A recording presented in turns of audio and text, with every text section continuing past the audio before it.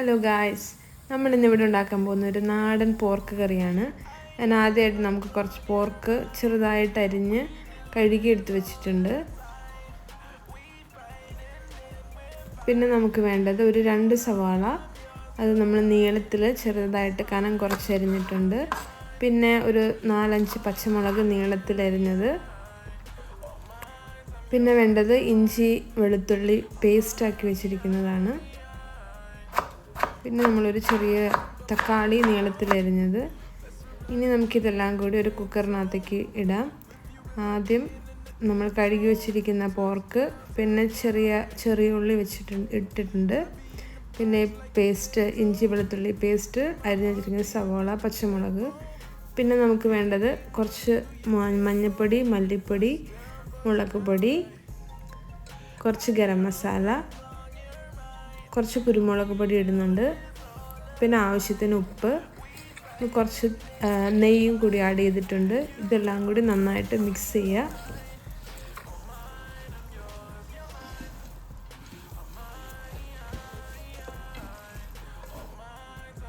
ഇനി നമ്മൾ ഈ കുക്കർ നമ്മൾ ഗ്യാസ് അടുപ്പിലേക്ക് വെക്കാം. ഒരു 2-3 വിസിലടിക്കുന്ന വരെ നമുക്ക് വെയിറ്റ് ചെയ്യാം.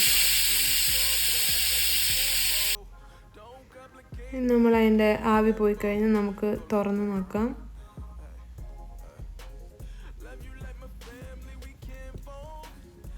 ഇറച്ചി അത്യാവശ്യം നന്നായിട്ട് വെന്തിട്ടുണ്ട്, നല്ല സ്മെല്ലൊക്കെ വരുന്നുണ്ട്. നമുക്ക് നന്നായിട്ട് അതൊന്ന് മിക്സ് ചെയ്ത് കൊടുക്കാം. ഇനി നമ്മളധികം വെള്ളമൊന്നും ആഡ് ചെയ്തിട്ടില്ല. വെന്തോന്ന് നോക്കിയിട്ടുണ്ട്, നന്നായിട്ട് വെന്തിട്ടുണ്ട്. ഇനി നമുക്ക് വേറൊരു പാത്രം എടുത്ത് അതിലേക്ക് കുറച്ച് നെയ്യ് ഒഴിക്കാം. ഒരു 2-3 സ്പൂൺ നെയ്യ് ഒഴിക്കാം.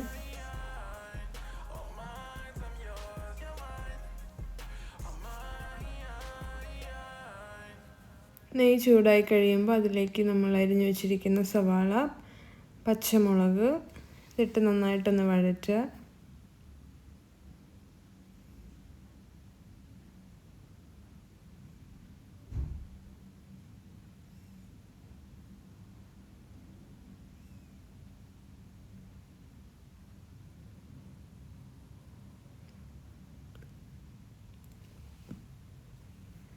പിന്നെ നമുക്കതിലേക്ക് നമ്മൾ അരച്ച് വെച്ചിരിക്കുന്ന ഇഞ്ചി വെളുത്തുള്ളി പേസ്റ്റ് ആഡ് ചെയ്യുക.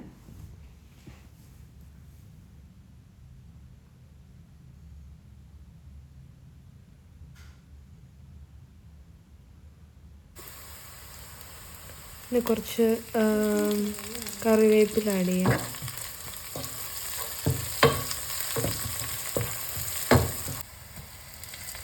പിന്നെ കുറച്ച് തക്കാളി, നമ്മൾ അരിഞ്ഞ് വെച്ചിരിക്കുന്ന തക്കാളി എല്ലാം കൂടിയിട്ട് നന്നായിട്ട് വേവിച്ചെടുക്കുക.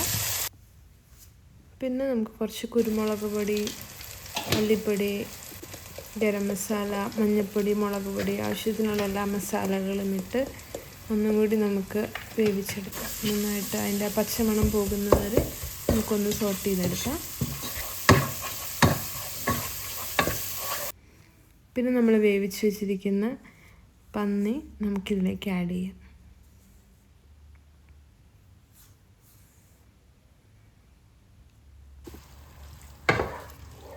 ഇതെല്ലാം കൂടി നമുക്ക് നന്നായിട്ട് മിക്സ് ചെയ്യാം.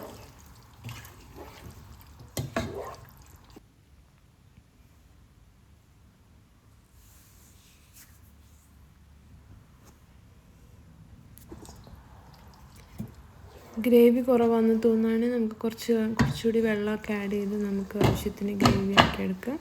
ഇനി നമുക്ക് ഒന്ന് അടച്ച് വെച്ച് ഒന്ന് തിളപ്പിച്ചെടുക്കാം.